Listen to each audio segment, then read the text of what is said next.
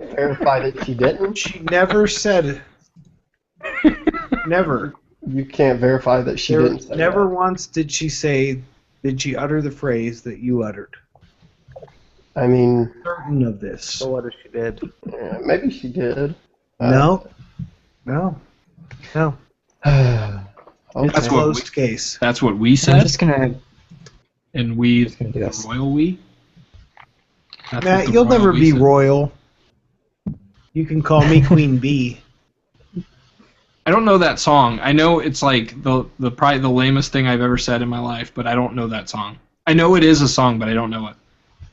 I know it's by Lord or Lordy or something. You're not going to roll my fantasy. Okay, well that's good. I didn't really want to. Oh. Does it feature auto-tune? I suspect it does. No. High levels of auto-tune. Well, it's if there is auto-tune there, it's subtle auto-tune.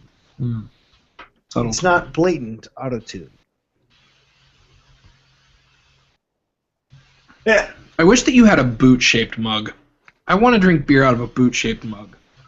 Can you get one for next week? If we were in Canada, I could have an about-shaped mug, and it would be called an about-shaped mug. That's true. That's what I'm talking about. Also painful. I will never be myself. Okay. Could you put the voicemails into the Dropbox, please, Matthew? Oh, son of a bitch. Aw, bitch of a son. I hate you so much. I love you so much. Wow. See what I'm doing there? It's opposite day in the Severance household. I learned that from my 11-year-old son. He was 7. See, my 11-year-old son's going to be taller than me in like a year. I just wanted to tell you guys, like, I actually found the worst podcast in the world. Was it this one? It's not this one. Oh And it my made me God. feel really good. Like, I felt really good. I listened to the show, and I'm like, holy crap, this is so much worse than our show. It was awesome. I'm not gonna throw this particular podcast under the bus like live on the show, but I am totally going to give you guys a link to the show so that you can listen to it yourself. Is it an Android podcast? It is not an Android podcast. Oh, I don't feel as excited about this anymore. It's a sports and pop culture podcast, which, by the way, doesn't work. I love pop culture. Like, I love Mountain Dew and Dr. Pepper. There's only Pepsi. Bill Simmons can kind of pull it off, but nobody else pop can. culture. And it is really bad. It is really, really bad. I listened to it. Unfortunately, it's put out by a very popular blog, He said put out. and it probably has more listens than any other show should, at least not with that production quality. It's really terrible. Is it the Bleacher Report? No, it's not. But you're close. I wish Deadspin would do a podcast. I would listen to their podcast. The Deadspin podcast? Yeah, that'd probably be entertaining. Dude, All right. Are we ready to start recording here? is my banner upside down? Nope. It's only Nope. backwards on your end because Google Yep. likes to confuse you. I'm not ready to start yet because my beer is empty. Aw, your beer's empty? Yeah. Well, wait. I'm going to suck this down and you can top me off, too. Hold on. Out of context statements brought to you by the Android Police Podcast. I was gonna say that sounds extremely appropriate. Here, Matt. I sucked it down. Top me off. Yeah, the Hangouts is like overheating the heck out of my stuff. Yeah, Hangouts plugin is pretty intense. I like what you said there. Pretty intense. Is it a problem that I just spilled like a ton of beer on your keyboard? Plugin right now, it's at 47%, and I have 8 threads on That's a. how. Listen, I don't want to hear it. None of it is actually on your Google keyboard. I'm last kidding, week. but I did spill a little bit on the tray. Just use that. Oh, yeah. Who cares? Yeah, the Hangouts process is actually absolutely destructive to CPU performance. Toatsies. Well, Justin, did you want to stay on for the whole thing, or do you want to just come back in when the question is presented? How long is it? Usually about an hour, That's cool. and it's gonna be towards the end. So I don't care. Whatever you want. Hey, if you want to stay on and talk about stuff, that's the thing we could do.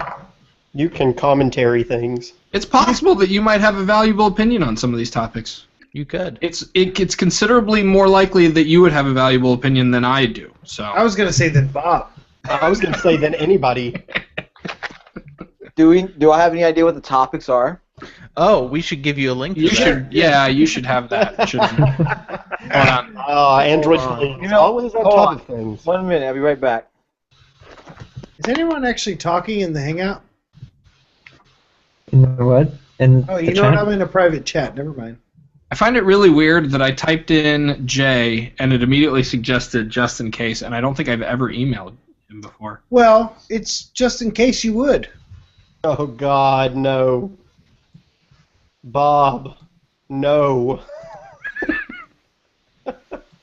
You know what I my missed son's it. middle name is? My son's name is also Justin. His middle name is Time for Christmas because he was born on December 10th.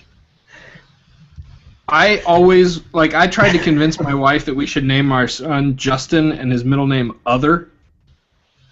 Justin Other Smith. Justin Other Smith. Tell me that wouldn't be like the perfect name. You should have That's clever. given him a middle name like Emmett.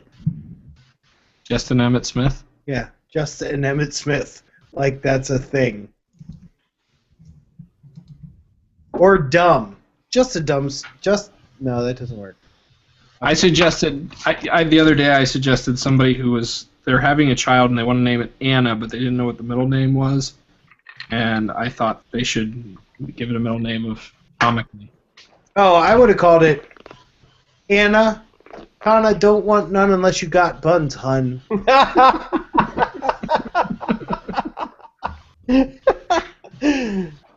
Perfect. It's a little long. She'd take a while on standardized tests, but Justin, I shared the Google Doc with you. Did you get it? I got like 4 monitors up front. Let me find you. Where are you at? Ohio. Yeah. Just open up the Ohio monitor. Yeah, open your Ohio monitor. And I just sent it. I sent it to JCase at Cunning. Oh wait, I'm not gonna do that. We're live on the air. My bad. Everybody has it anyways. I ignore all the emails that go to it. Well, I think you know exactly what I was about to say. So. Yeah, I ignore that email. Oh, yeah. All right, cool. I didn't know if there was a better address, but for some reason I typed in J and that came up. So I was like, well, it's a sign.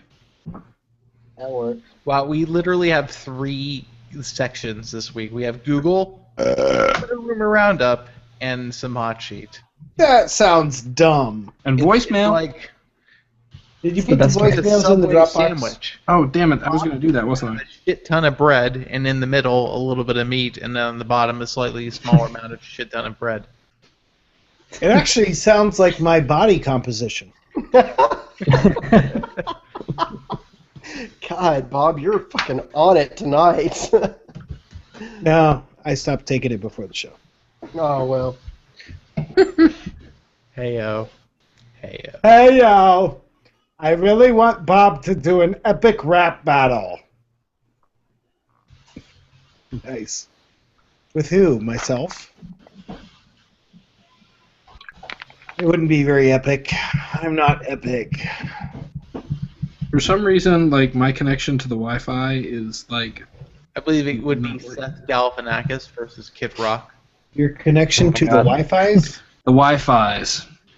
You need a Wi-Fi cable. Wait, David, is this a thing that exists? Seth Galifianakis versus Kid Rock. Yeah. I don't think it exists. Oh, damn. I was excited for a second. That would actually be Bob's ultimate rap battle. Seth Galifianakis is hilarious. I also love pretty much anything Zach Galifianakis does with Tim and Eric, just because of the hair, really.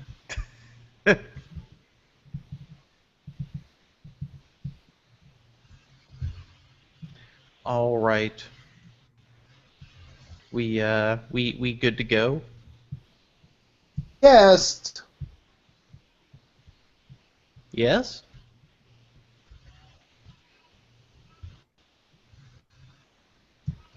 Nobody knows.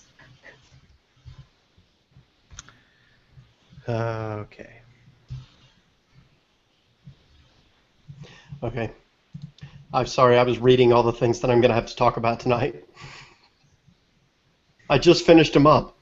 Also, I would like to thank Michael Kreider for making all of his articles at least 500 damn words long so I can't just run through them before the podcast. I wish I could just share some of my bandwidth with Bob. Like I could send some bandwidth his way. Here, Bob, please let me transfer some bandwidth to you via Because Time Dropbox. Warner isn't even letting me use all of it right now because they're awful. So after like 3 months with Charter, I am actually going back to AT&T Uverse tomorrow. Uverse is the maximum for you 24/3 as well. It is. That's what I hated about Uverse. The upload is so bad. Yeah. I've been on, like I said, I've been on Charter for the past 3 months, and I've had so many issues with, like I said, I think I have like the perfect trifecta of bullshit for Charter. My routers do not play well with their. I have no idea, honestly, what it is. It's some like just it's a complete disaster. So I'm having connection issues tonight. I'm sorry, gentlemen. Hey, David, you should look into Wave Cable if they're down that far south. I wish. There's literally one high-speed ISP that goes to my building. Dude, And it's I'm out in the middle of somewhere. the woods. I get 110.10 for like $65 a month. That's about what I And pay they're for upgraded. Time Warner. They're upgrading to 256.50 here in a few months. Oh, the 50. I'm going to. Hey, Bob, they're in there as 10 and 11. That's all they're giving it. They're only giving us 20 up, but I get 300 down as soon as I get my new modem. How much a month? Same price. Nice. Yeah, so it's a free upgrade, so that is nice. But I hate that they're because if you're in Verizon Fios territory, they'll get you up to like 500, 250 at the highest tier, but I'm not.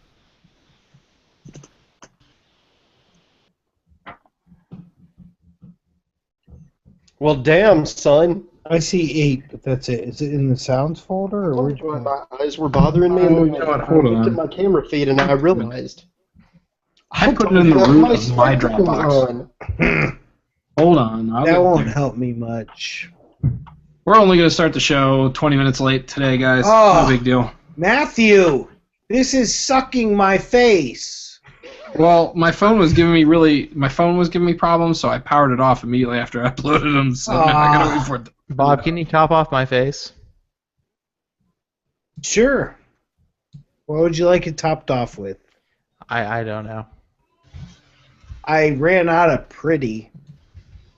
I'm sorry. I used it all up on Matt's ego. Pretty ego, Matt. It's pretty.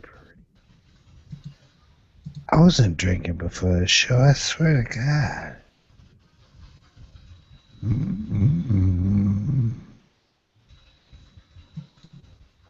But he's talking.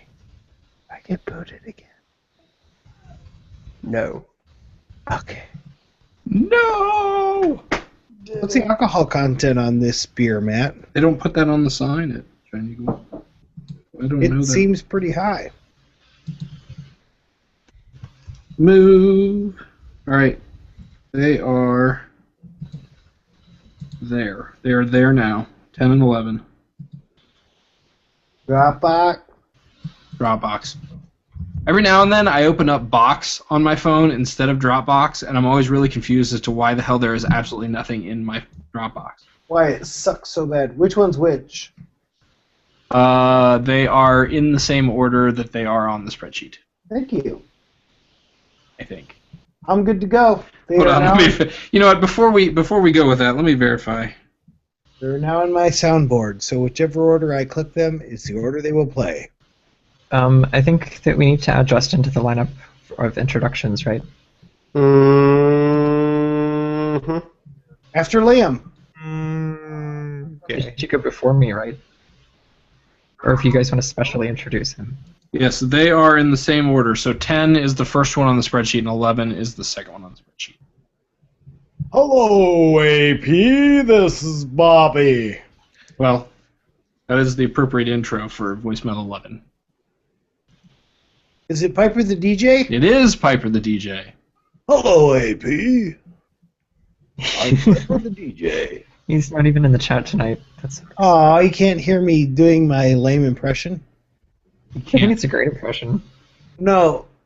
Here's the great version. I have to put my mouth really close to the mic. Hello, AP. Like that. I feel like that was absolutely uncanny. That is on point. That was not nice. Piper is one of the regulars that calls us, and we thank him for it. Yes. Now, somebody else, please, for the love of God, call us. We love Piper. Piper. Piper! Uppercut! Piper! Hyper. Are we going to start this show, Matt? I'm ready. Oh, well, what are we waiting for? We're waiting for you to start the show.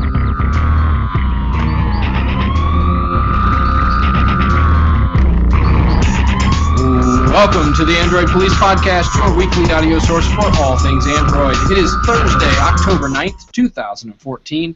I'm your host, Matthew Smith. I'm David Ruddick. I'm Cameron Summerson. I'm Liam Spratlin.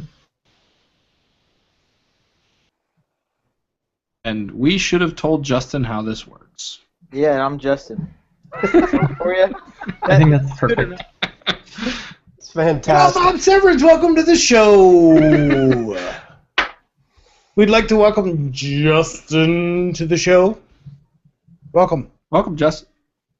Thank you. All right. So we're gonna get things kicked off with little code Google.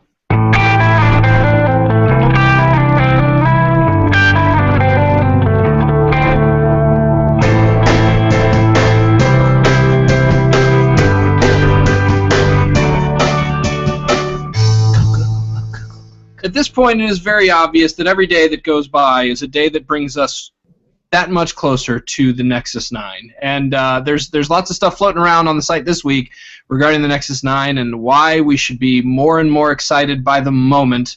So Liam, it started off with the FCC appearance, and then we had some leaked shots. So did we learn anything new about the Nexus 9 this week?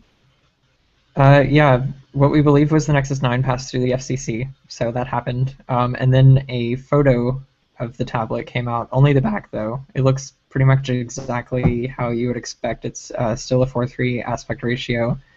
And it has kind of like the Nexus 5-ish sides in how they're kind of that curve and then the angle. It is soft touch plastic on the back and not aluminum, so that's something that differs with our first report. But it still looks good. I'm still excited about it. Hopefully we'll see it soon. Yeah, as much as there's the whole premium build quality thing behind the aluminum back, I actually find that the kind of the plasticky, grippy back works really well on my Nexus 10 and on my Nexus 5. So Just like mine, man. Yeah. Just like mine. I don't have any issue I with that. hate aluminum. I can't stand aluminum backs on devices. It's cold, it's slick, it sucks. I don't care. People could say that's premium all they want, but I will take soft touch plastic over aluminum any day. Well, that's why Apple doesn't use that. Why don't you go with faux leather back? See, I just They use aluminium. I don't like faux leather. Really. No faux leather, no stitched faux leather. That's how you pronounce that? I always thought it was Fox. It's Faux leather, actually. Faux. Faustian. Guy Fawkes. I love Faustian leather. Hi, Faux leather. What would the leather say? Boy. All right. So in addition to that, we had a little bit of news to pass along about Google's potential plans for having. Wait, no, I'm going way out of order. Yeah, why don't you stick to the topics, you son of a bitch? Well, it was a topic. I just skipped one, asshole. Did I say that out loud? Did I also say that out loud? No. You did. Okay, good. We're safe then. All right, so also on the site this week, Liam wrote up a little bit of documentary about, and that's not the right word, but I'm going to let you describe it in a minute, about the launcher icons, kind of the new design theme that Google is working towards with the new icons for the apps they're rolling out. So, Liam, why don't you fill us in a little bit about what this piece was about? So Google has not published the design specifications that they have published are still a work in progress, and they have not at all attempted to publish anything related to launcher icons. But people are still rushing to kind of try to master the new look and get their apps materialized as soon as possible, even if most of that isn't possible yet. But that's beside the point. So I decided to write a piece about launcher icons and how Google is approaching their own icons in an effort to hopefully get developers to make their icons be awesome in preparation for L. So if you're interested in that, go read it. Yes, and the same can be said for every other story we're going to talk about on the show, just for the record. Yes, that goes for everything. All right, so also we had a little bit of an early look as to what Google might have in mind as far as multitasking in Android. Obviously, we know we can have apps running in the background, and there's the task switching and all that good stuff, but there's been some rumors swirling around for a little while now about the multi-window, kind of the Samsung multi-app window approach. So, Liam, what's the multi-window functionality look like that we're seeing? Okay, so way back in March, a site called Android Internals posted a thing looking at code that was in KitKat at the time that allowed for like a super clunky, non-functional, half-baked multi-window kind of thing. Sounds like my favorite kind. We knew that that Google was at least working on it, but we subsequently saw some explorations of exactly what the interface for that would look like. So. It relies on the recents menu, which is that new stack in L, the stack of cards. You would swipe a recents entry to one side of the screen to snap it open. The other side would just act like the normal home screen as always, but then you could slide another card over there, or you could open an app, or use search. And then you can drag and drop things between different sides of the screen. So that's basically how it would work. We're not really sure if this is actually going to come in L, so we didn't put that on the table really. We just know that they were working on it, and it's something that they were exploring all the way up to this year. So hopefully, maybe, possibly, but not definitely. Also, you just gave a bunch of Samsung engineers an idea. Yeah, true. Almost okay, definitely. so here's my question: is if this appears to be predicated on the recents functionality, does that mean since recents is going to allow for different browser instances, does that mean that I could have two separate panes of Chrome running on my tablet? Theoretically, yes. And the other thing that I should probably note is that like I said in the post, the explorations that we saw were on a 4x3 tablet. So, yeah, I mean, I'm hopeful, but don't get your hopes up, basically. But yes, the new document-centric recents would theoretically allow you to have like two Google Docs or two Chrome panes or something like that, if you wanted to. Do we think this is going to be something similar to like the Google Now launcher, where it was limited to just one device when it first came out, or maybe even more similar to the accounts, the multi-user accounts that was only on tablets? Possibly. I feel like this is an experience that Google needs to be careful with as far as like what devices it'll work on, because some devices obviously are less suited for an experience like this. Like if you have a smaller display or a particularly long display, it wouldn't look as good or function as well probably.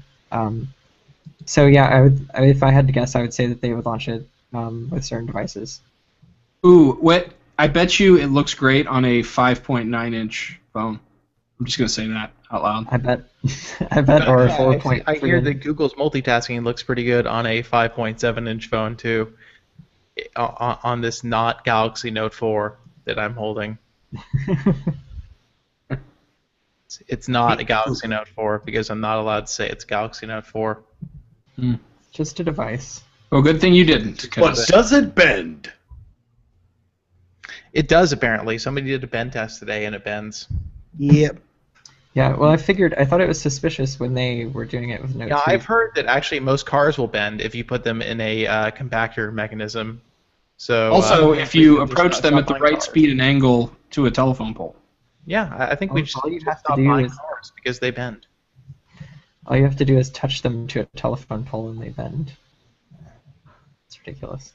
It only takes 90,000 pounds of pressure.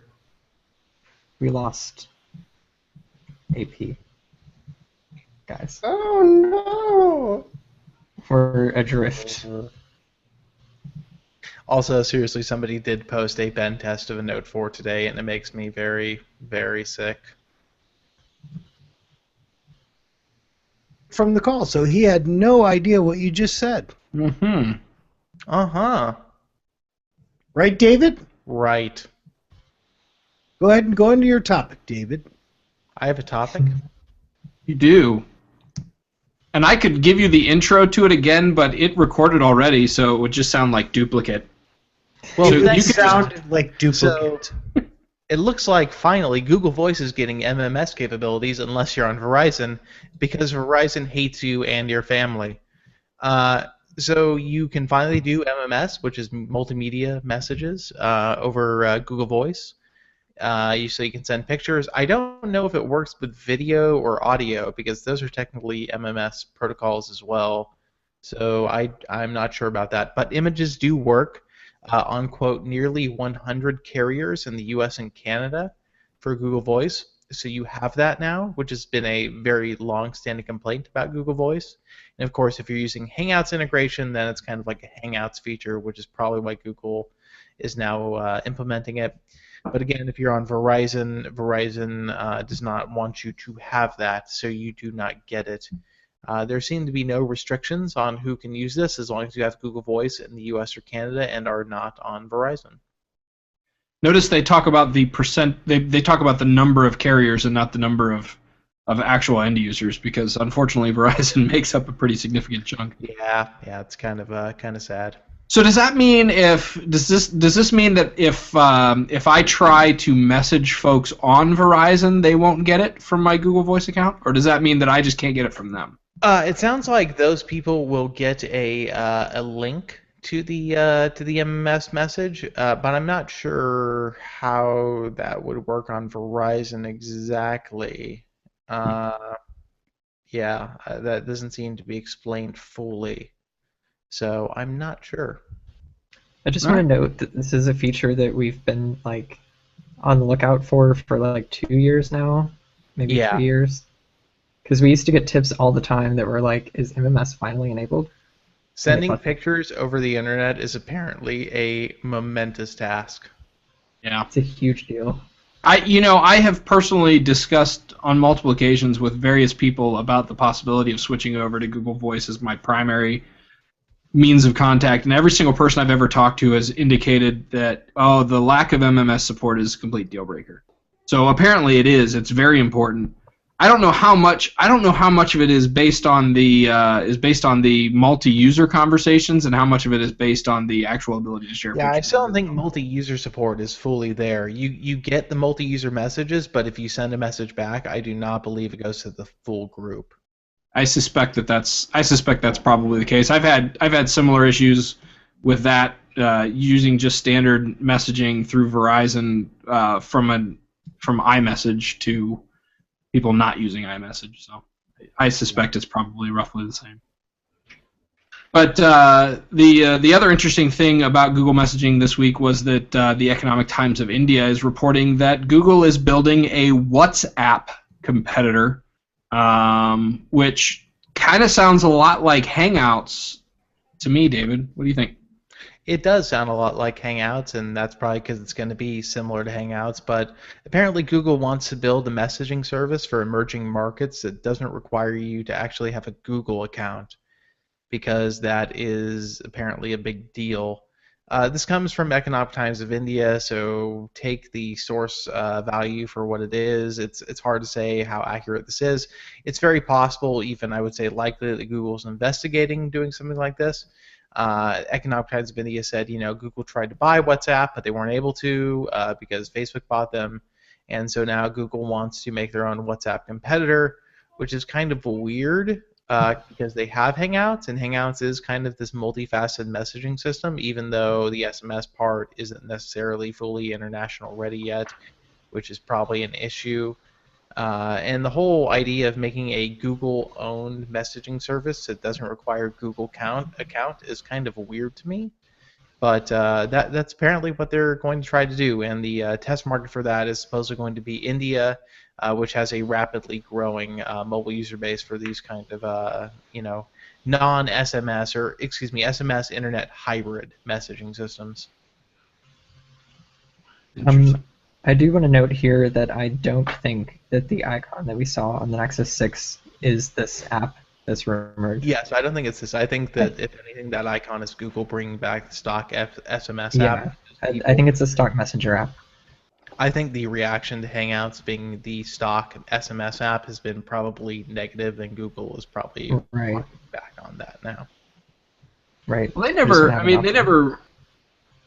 It's not like they ever replaced the standard messaging app, did they? Isn't it still on? They did. On the Nexus 5, the Hangouts was it. There was no messaging app. It was in AOSP still, but it wasn't like preloaded on the phone. Man, that's insane. All people did for like weeks and months and months and months was complain about how they wanted SMS and Hangouts. I mean, it was integrated. And then it was after the same happened, deal with people complained. when they replaced the stock browser with Chrome. Like that was the same thing. Definitely. Because I think the problem there is you get all these people who have no idea that Chrome means browser or that Hangouts means SMS. Because Hangouts is in and of itself a new messaging brand. That's a good point. Right. That's a good point because there's not that correlation between that brand name and what the functionality is for people who are uninitiated. And probably, kind of moving forward with the stock experience on the Android One devices, that probably even brings that more to the front and center. Yeah. Okay. Well, I'm just saying, based on the fact that the entry level to a Nexus device, yeah, sure, Nexus devices are cheap, but they're kind of an enthusiast device. I mean, I don't know that the average, soccer mom is picking a Nexus device over the option of a Samsung or whatever. And when they get that Samsung device, they have the messaging app. They have what they're used to seeing. And now that we've got emerging markets that are starting to get this Android stock experience on a device that's really cheap to get in their hands, then it's opening it up, I think, to a little bit more of a commonplace market as opposed to a enthusiast market. Definitely. All right, let's talk a little bit about Google Play because they've added, I shouldn't say they've added, but there's reports that they might be adding a new functionality that makes it a little bit easier to provide some trials and give people a way to try it before they buy it or pay full price for it for paid apps to try to maybe boost the app sales a little bit. Cam, what's going on with micro apps in the Play Store? I'm going to be honest with you. I don't really know what this is. It's Your honesty is refreshing and also infuriating. Yeah, I don't understand what I don't get it. So apparently, according to the information, who got some information from a person involved with discussions, like they always do, that basically says Google is testing micro apps, which are essentially smaller versions of larger apps with less functionality. I don't get it. It just seems like this can already be done. Why are they testing? It seems to me like all I can really make of this is that it's an ability to put your trial version of your app with the full paid version of your app all in one Play Store listing. I guess. Now, I would say that if I were to make a guess on what this is, I would say that it is another emerging market thing, just because the idea micro app itself implies it's small. If you were to package an application, let's say Spotify, if you want to use the free trial, even for 30 days, you have to download the whole mobile application, which is fairly large. So let's say Google encourages Spotify, okay, what if you make an application that's under 1 megabyte and that doesn't require any login and is basically a one-shot use. You get 10 minutes or maybe an hour to use it, and after that it expires. And it gives you access to one feature of the premium application, maybe the radio feature, instead of having everything built into it. And at the end of that trial, the user's able to say, do you want to download and pay for the full application? Do you want to subscribe? So you get some functionality, and for people in developing countries where bandwidth is extremely limited, where a 1 megabyte application is still a significant amount of time they're taking, compared to maybe a 25 megabyte application, they're able to get some of that functionality and see the service and decide if they want to pay for it without actually having to take the time to download the whole application. I could see that being a potential use. Yeah, I guess that's a good point. I didn't really think about that. I'm a typical American jackass, and I don't think about emerging markets and places like that. I only think about how the experience is going to be for me because I'm a terrible, selfish person. So, yeah. So that's what it is. I mean, it'd be even cooler if you went to the Play Store and you didn't even have to really install anything. You'd tap open, and within 5 seconds, you'd be in this very basic experience. That's I kind of, when I first read about it, or before I actually read about it, I assumed it was going to be, I thought it would be like Amazon's test drive thing. Right, that's what I was thinking. It was going to be very test drive on the website. I thought that was what it was going to be, except on devices. And then after I read everything about it, I was like, wait, this is not at all what I thought it was going to be. What is this? So your explanation is pretty good. We'll go with that. You're probably right. We're just going to go with you're probably right. Yeah, we'll go with that. It's like downloading a video game demo.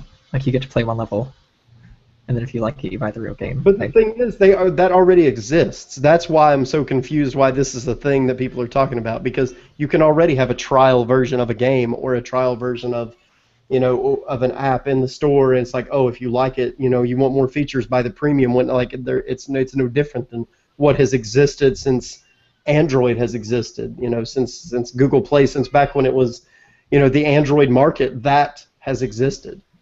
So, guys, I just want to add some input to this conversation. Spotify. Thank you. That's funny because Spotify. It's totally spotable. It's like spotable water. Come here, Spoke. Come on, Spoke. Sit up on my lap, Spoke. I wasn't sure if that was going to go by unnoticed or not, but I'm glad it didn't. Spoke.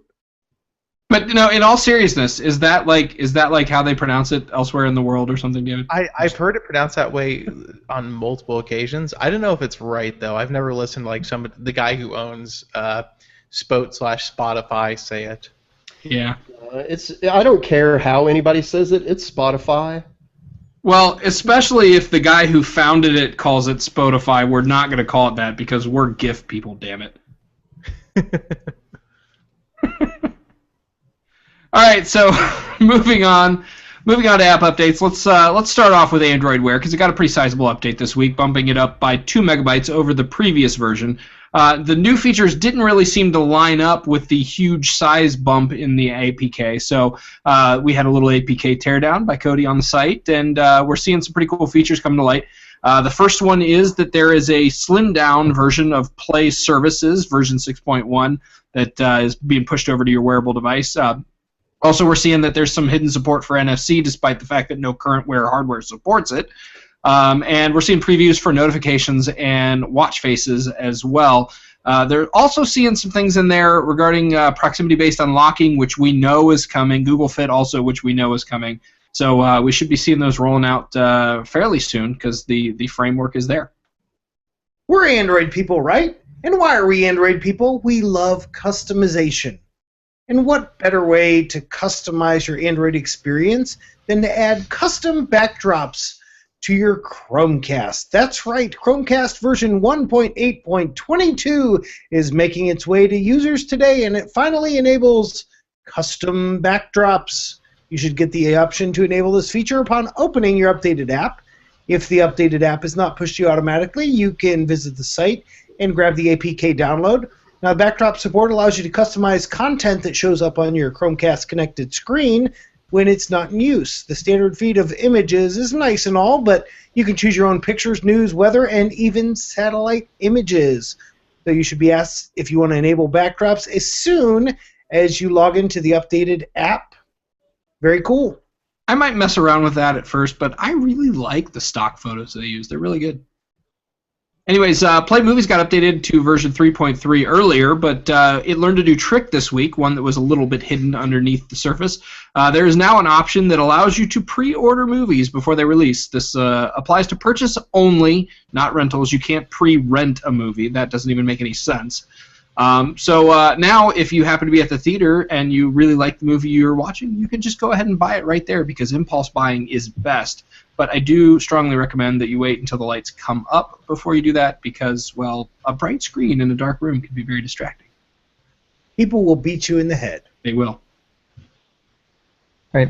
So the Google Plus app was also updated with more material design. We were expecting Google's apps to kind of iterate through material design, and this one just took another step. It's got an inverted floating action button, a bolder header color, and a flattened set of gray icons, plus more material.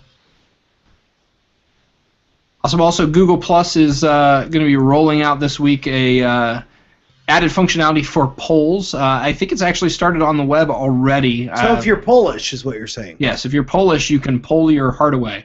So you can put polls on there. There's a couple different layouts you could choose from. Just getting information from your circles, I think that's good. It'll be rolling out to the Android device soon. Like I said, I think some folks are seeing it on the web already.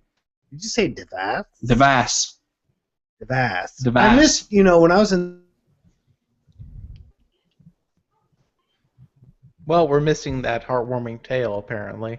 I know. I feel so sad. Quick, everybody gossip about Matt and Bob. What are the juicy deets? I'm going with Softo. Spotify. I agree with the Spotify pronunciation because it's O-T-I. There's a vowel, consonant, vowel, right? So the first vowel is supposed to be long. Maybe it's Spotify. Right? Spotify. The device. So I'm like, what the hell? I didn't even realize that we got booted from the Hangout until, I don't know, about 3/4 of the way through that rant. That's fine. If you want to hear that rant, download the MP3 version of the Android Police podcast, available where great episodes of shows are downloaded. That prompt may include co-hosts of the show who didn't even hear it. Spotify. All right, so good news for Galaxy Nexus owners. Good news. You've needed some good news. It's been a long time since you've had good news if you're a Galaxy Nexus owner. And this news comes... It's really your fault. It's my fault? No, if you're a Galaxy Nexus owner, it's your fault if you haven't had good news in a while. That's fairly accurate. But, news came out a little while ago that you weren't getting Jelly Bean, and you're not getting L, and none of this is ever going to happen for you, except for some folks who think maybe it should. Right, David? That's correct. So what happened is basically TI, Texas Instruments, posted some drivers for the GPU for the Zoom, the Motorola Zoom, which uses the same chipset as the Galaxy Nexus, or at least the same GPU. And some enterprising developers on XDA went, hey, I bet we can repackage this to work on the GNex. And then they did that. So those new GPU drivers will work, hopefully, with Android L, is the, kind of the end goal here. They'll work with Android 4.4. But the Galaxy Nexus came out, of course. We're almost at the 3-year mark. We're a month away from being 3 years old at this point. So those new GPU drivers will hopefully let it be updated to Android L. Not that I'm sure that many people out there have a Galaxy Nexus and really want Android L, other than developers on XDA who really, really would just like to have that Galaxy Nexus in their drawer with Android L. But it's going to be a possibility, it sounds like. Cool. All right. Let's move on to Rumor Roundup.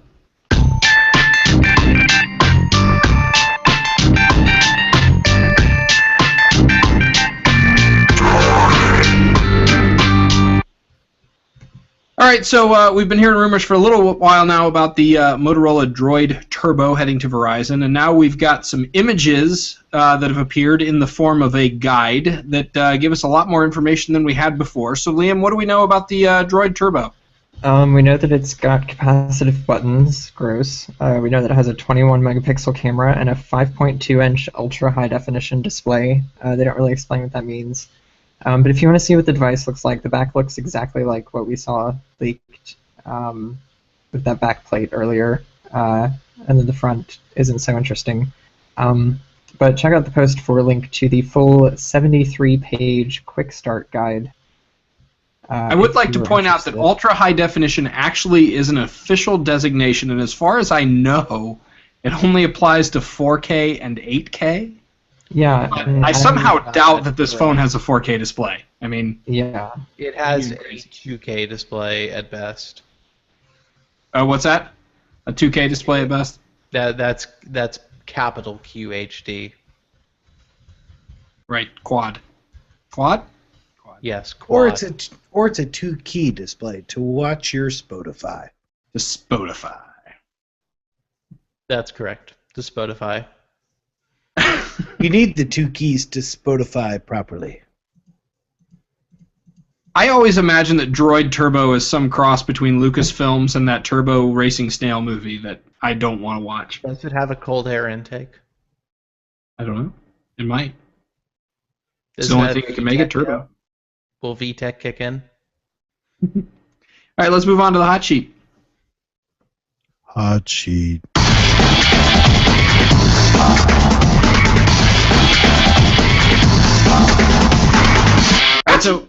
All right, so HTC's double exposure press event finally happened yesterday, if you're listening live, or 2 or more days ago, if you're not. And we did see some devices that were unveiled. I almost said unannounced, but that would have been wrong. Some devices that got unveiled this week, phone and camera and some software features and all that kind of good stuff. But we'll start off with the Desire Eye. Cameron, tell us about it. That's EYE, Yes. not I the letter. They should have called it the iPhone. Or they could have called it the Desire Cornea. Yeah. That would Or have they been could have corny. called it the Desire. Desirous. Desire. There you go. See? Desirous. The HTC Desire. Desire. So anyway, I kind of called it. I said they were going to make a selfie cam, and they did. It just has a phone attached to it. So 13 megapixel front camera and rear camera. So and the front camera also has an LED flash because, I mean, selfies, because people... Because selfies, because people. Because people like those. I mean, some people like those. That should be like their simple brilliant. That'll be like their new version of it. It'll be like because selfie because selfies because people kind of like those. Oh my god. I love selfies. I think I am so narcissistic. So yeah, I mean otherwise it's a 5.2-inch display at 1080p, 2.3 gigahertz Snapdragon 801. 16 gigabytes of internal storage, which you may want to supplement with a micro SD card because you're going to be taking all those damn selfies. That's right. those high-res selfies, I might add. High-res selfies, yeah. selfies up in his It's IPX7 water resistant. So it also has a feature called Face Fusion, which can fuse your face with someone else's face, so you can see what your faces would look like if they were fused together. Is that like face swap? I don't Same know what thing. face swap. That is the most beautiful thing I've ever heard. Does it have boom sound? It's sort of like It John doesn't- Travolta. I don't think it does. I don't think it has boom sound. It doesn't look like it has That's a non-starter then. It's no boom sound. It has boom camera instead. Hey, what were you saying, David? Some face-off reference? Yeah, some face-off reference. That's exactly what he said. He said some face-off reference, but we just kept talking. Nicolas So- Cage. It's going to be an AT&T exclusive at launch because AT&T loves to pick up these weird-ass phones. I'm not gonna lie. Weird-ass phones. I'm not gonna lie. I think this phone looks really good. I like the way it looks. I think it looks. I don't know. I mean, I won't buy it. it's If you pretty like good the way because this I'm at phone the looks, point and where- you like the way you look, grab this phone. Every phone is so massive now. I'm to the point where I might actually consider the Desire because it's 5.2 inches and it's like the smallest phone I've seen aside from the Moto X, which I don't Well, know. Cameron, you could just get the thumb extension from Japan. Oh, you know what? The thumb I extension? might just, you know what? That's a good idea. I think I might just go ahead and get a bigger phone and get a thumb extension. I mean, why not? It's obviously the perfect solution to big phone problems. That is really the perfect solution, Matt. Yeah. Get your thumb extended. Yeah. I mean, yeah. Well, interestingly enough, the press conference from HTC did not even start off with announcing the Desire Eye. We actually kind of screwed this up by talking about the phone first. Really, we should have talked about the software first, David. So why don't you help us out with that? Should. So this phone's going to do stuff with the cameras and things. That is excellent broadcasting and journalism. Thank you. Yeah, I'm super on top of this story here. So you're going to be able to capture video through both your front and rear cameras. If you're into that, like nobody is, I don't really like understand why. And there's some other stuff or whatever. I honestly, like it's like no HTC, just don't, please stop.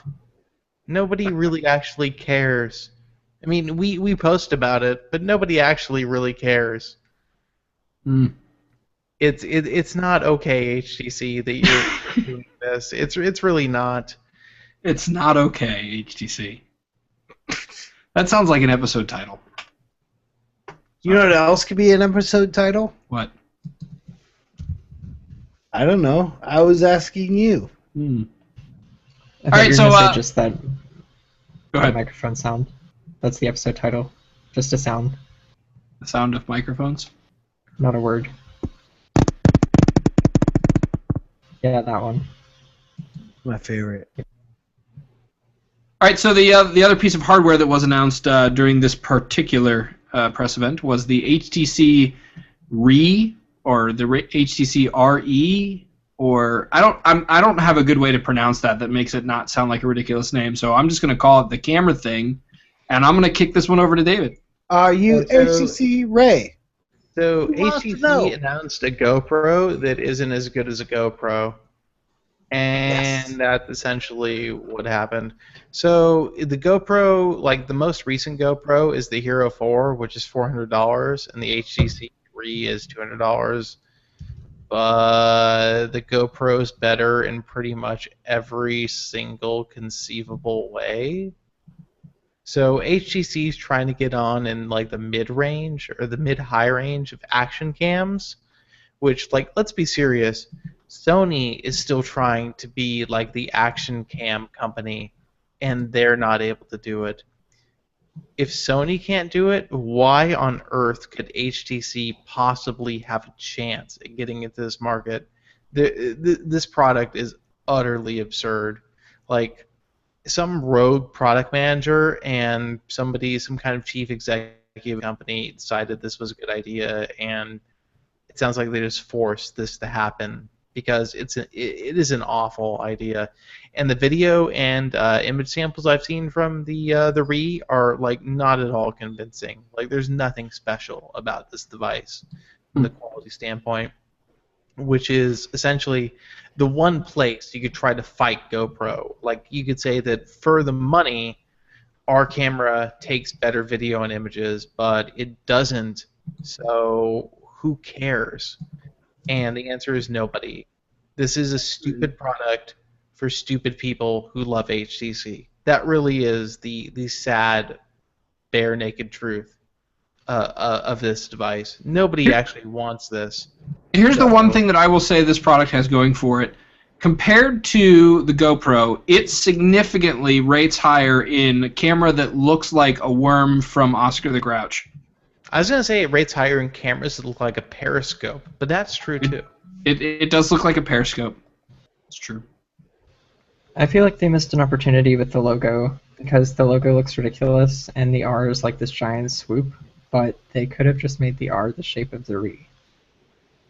And they didn't. They totally should have made the R the shape of the re. You're right. You're always thinking about design and branding. Liam. Yeah, AP Liam. You're so good.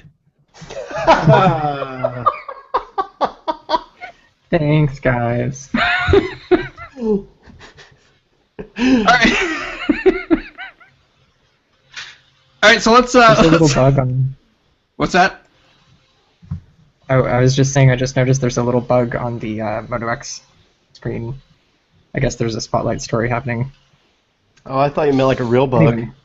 Anyway, I totally like bugs unrelated to anything. and words. No, the Moto X is completely bug free. I've learned that. All right, so Lenovo had some tablets to announce this week: an 8 and a 10 and a 13-inch variants of the Yoga tablet. So what do we know about those, Cam? Okay, so these are strange and unusual. The one with the most focus, obviously, is the 13.3. So it's a 13.3-inch Yoga tablet, and for those who are not familiar, the Yoga tablet is the one with like the sort of bulbous bottom end with the fold-out kickstand that's just really bizarre. And in this one, they not only... That sounds exactly like me. Yeah, exactly. It's shaped exactly like Bob. It has a bulbous kickstand. That's bizarre. That's bizarre. So with this one, they also included a 5-watt subwoofer in the end and a projector. So, I have one of those too. Like, I don't even understand. I don't understand it. It does have a 2560 by 1440 display. It's running an Intel processor. It's an Intel Atom Z3745. It's a quad-core chip. I believe that model is also 64 bits. I might be wrong. I've never been wrong before, but there is a first time for everything. 2 gigs of RAM, 32 gigs of storage. Lenovo says it can go for 15 hours on a charge, which is pretty nice. Yeah, so it's kind of a weird thing. It's also We were dumped. Stop, we just stop. totally missed everything you just said. We believe that the chip was also what? Oh, that. Yeah. No, We're like 64 back bit. 30 seconds ago. 64-bit chip. So I think it's 64-bit, but I'm not sure. Couple gigs of RAM, 15 hours on a charge. It's 9,600 milliamp hours, and it's 2 pounds. So it's pretty heavy. Holy balls of Thor. Yeah, it's probably a device that you're going to want to like one hand for a while because that's a couple of pounds. They also announced, it's going to be $500. So it's a little pricey. They also announced upgraded versions of the 8 and 10-inch Yogas. So they basically have identical specs, except for they get 1920 by 1200 displays instead of 2560 by 1440, and I think that's they get 16 gigabytes of storage. They don't have projectors, they don't have subwoofers, but yeah, just they're basically just enhanced versions of the new versions of the previous Yoga tablets. So Can't win them all. yeah, the 10-inch version is going to be $300. The 8 is going to be $250. So I don't feel like they're maybe they're a little overpriced, but If you can get a 10-incher for $300, that's a score.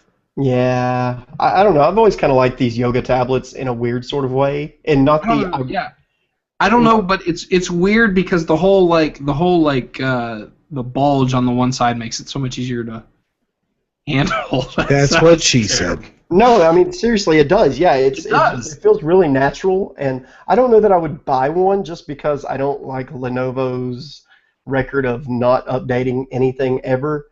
But other than that, I think they're pretty neat. And all right, Cam. So the next on the docket is this $280 HP 10 Plus tablet. So what do we know about that? so this thing is kind of At first blush, it looks pretty decent because it's 1920 by 1200, 10-inch display, couple gigabytes of RAM, KitKat. It's $280, but then when you get into the specs, it has an all-winner A31 quad-core processor at 1 gigahertz. I have absolutely zero experience with this processor, but I have a strong feeling that it's probably, what's the word? Garbage? Shitty. Yeah. So it's probably crap. We find them in a lot of knockoff tablets, a lot of Chinese knockoff garbagey type things. So I don't really expect it to be very good. I don't know. All I have to say is, all winter is coming. Yeah, all winter. Yes, of course. All winter is coming. It I is. don't know. It's And I should say, Tuesday's coming. Did you bring your coat? Yes. I live in a giant bucket. Pre-show banter reference. No one listening to the recorded podcast will understand that at all. But it's still funny It's good. to I say like that you live in a giant bucket is funny, man. Hey, Verizon has some devices they'd like to tell you about. Hey, tell us. Starting off with the HTC Desire 612. It is an affordable mid-ranger with a 4.7-inch 960 by 540 screen and boom sound speakers, which immediately makes it better than the Desire I because boom sound. Because boom sound. It's going to be available on Verizon on October 9th, but we don't know how much it's going to cost just yet. A lot of So, the monies. Stay tuned. Also, Verizon is going to be releasing the Sony Xperia Z3 Little V, which will be Verizon's very own version of the flagship Z3 device. They will make that bad boy available on October 23rd, which is oddly on time considering Sony's track record with American carriers. Oddly. This phone is sporting a 5.2-inch 1080p tri-luminous display. My favorite kind of display, by the way. It is my favorite as well. It's got a whopping 20.7 megapixel camera and Sony PS4 remote play functionality. So it's actually pretty good for a Samsung phone. PS4 remotes. The going price will be $199 on contract, and edge payments will be available for some price at some point. Oh. Let's move on to voicemail. Hello, gentlemen. I have a question for you. Sure. And this is Matt. Shoot, Matt. My question for this week is, what do manufacturers have against people rooting? Now, I understand that there is risk when you root that you could damage the phone, and I can understand them having some concern from a warranty standpoint, but if they're going to just carte blanche cancel the warranty if you rooted your phone, what do they care as long as you've paid for it? I don't know. I'm just curious as to your view on it. The other question that I had, I've seen comments here and there on individual phones, which phones are the best for rooting or the worst for rooting, either to put a while on it or not. But I've never seen a comprehensive list, and I was just wondering which phones you thought, if you were going to buy a new phone and wanted to keep open the option of rooting, whether to put a new ROM on or not, which phones would be the best in that category and the worst.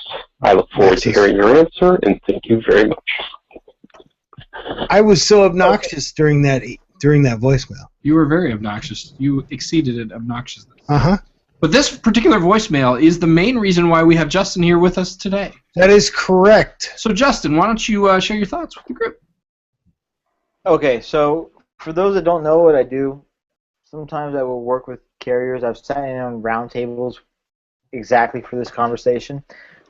Especially in the U.S., phone manufacturers' largest customers, well, mainly in the U.S., are carriers. So we got to look at why the carriers don't like this. So first, we have the warranty issue, which may not be the biggest issue, but it's probably the most abused.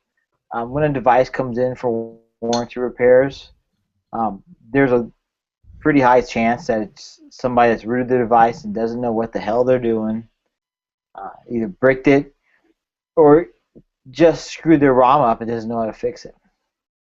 And then we look at the network side of the issue, and this is probably the biggest issue, and I know Sprint's had issues with this. Even apps alone without being a rooted app can wreak havoc on a network. But when you're sitting here with a rooted device, there are a lot of users that they don't update all the firmware. They'll flash a ROM without updating, say, the modem or the bootloader. A lot of these modem updates fix things that are causing problems with the carrier networks. You can actually bring down networks with bugs in the modems on a lot of devices. So the manufacturer has to do bow to Sprint, AT&T, Verizon. They have to bow to them kind of because that's their main client. And then you have tethering issue. I mean, carriers lose out money when you use these root tether apps. But really, the warranty issue and primarily the network interruptions is going to be your main problem with that. That's what most carriers are upset with. And, that's the deal. Carriers lose money and they don't want you to read your device. Second question, what device you recommend for ROMing? I mean, obviously the Nexus is what Google stands behind. Google says, yeah, do this. This is the proper way to do it. You unlock your bootloader. If I didn't want a Nexus device, personally, I use AT&T because it's a GSM carrier. I would go out and probably buy a Samsung device that's outside the U.S., maybe a Rogers device or an international device, and put it on AT&T if I wanted to root. Ironically, I don't actually use root on my own device, so there's my 30 seconds. Awesome. Well, I think that answered that question probably better than we have ever answered a voicemail. I think a good follow-up question there for Justin is, why don't you use root on your devices?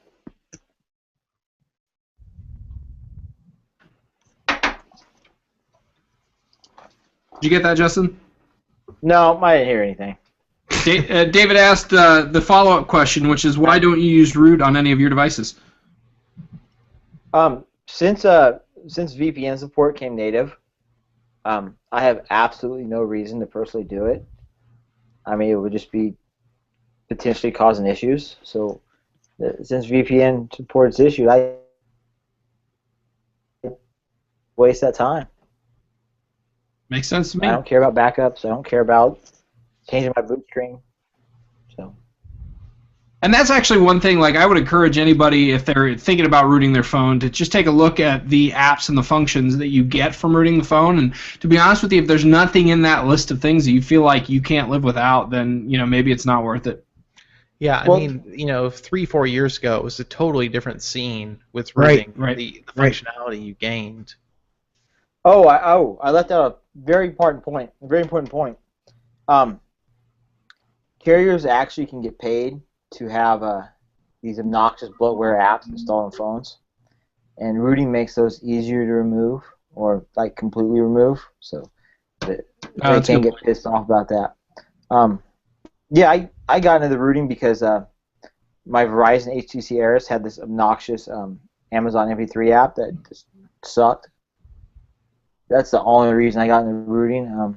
Nowadays, today I'm using the Moto X Pure Edition, but I change pretty regular. But nowadays you can just disable that stuff, or you can just buy unbranded devices that just don't matter as long as you're not on Verizon or Sprint.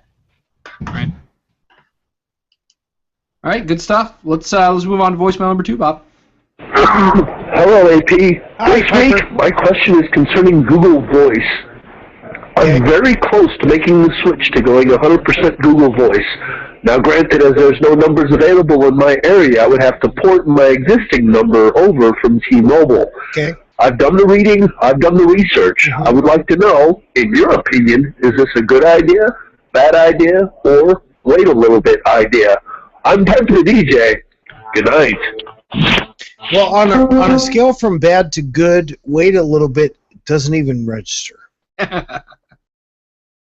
I will say that I am personally strongly considering this because I'm on T-Mobile. I don't have good signal in my house. I have a Nexus device that does not support Wi-Fi calling on T-Mobile. And from my experience so far using Google Voice for calls, it's been great. So I'm actually strongly thinking about it. My situation seems to be like a good way to save a little bit of money, so why not, right?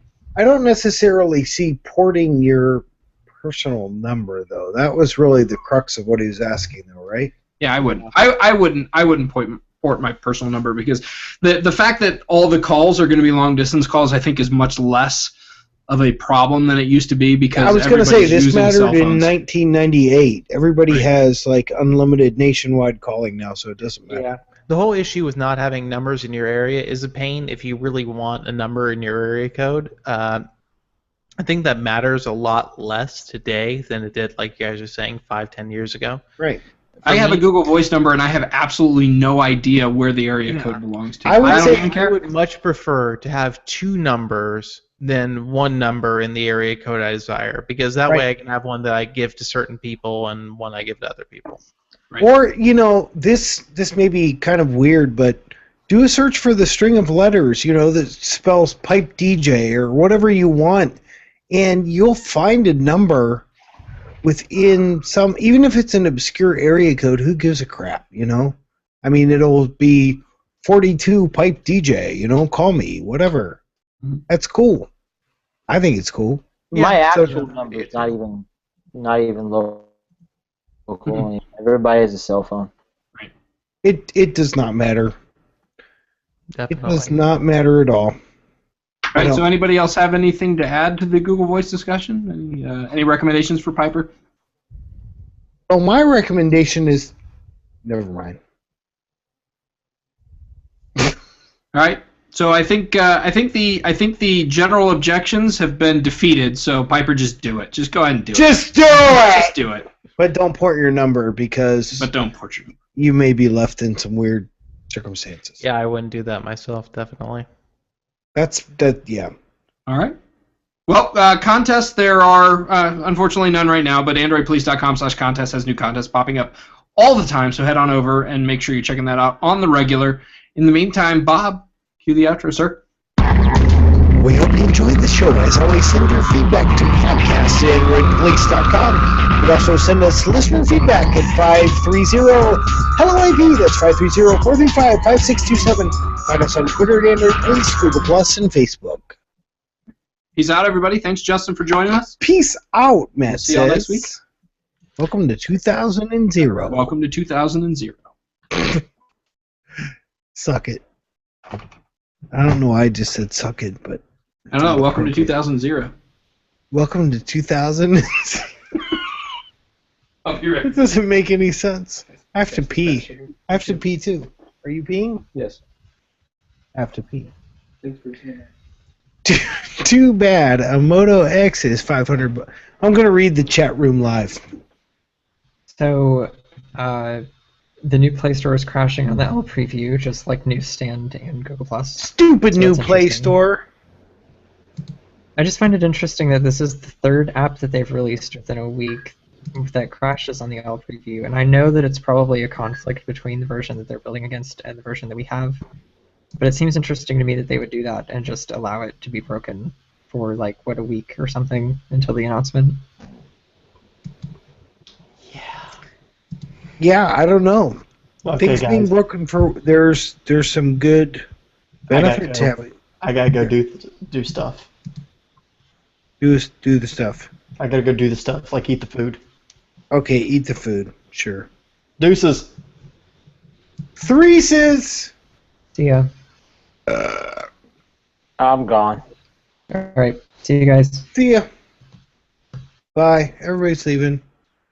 I'm by myself. Matt left. Everybody left. It's really sad. Sad that I'm here by myself.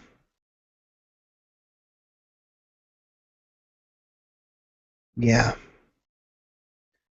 Probably should stop broadcasting because everyone's left me. It's really sad. So what's new, everybody? Anybody have anything new in the chat room? The chat room betrays me.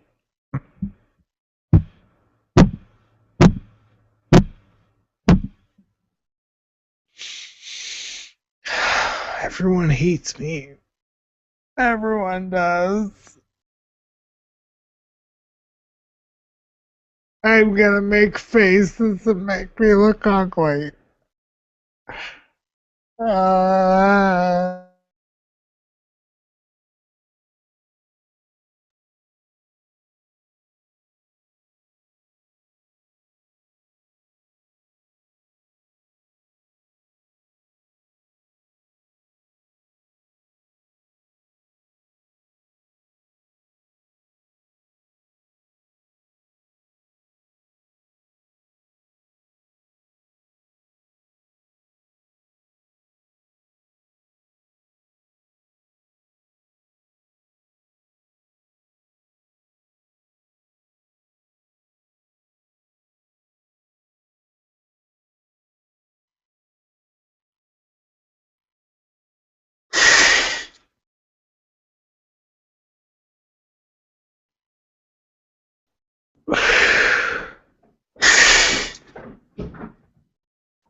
Bye.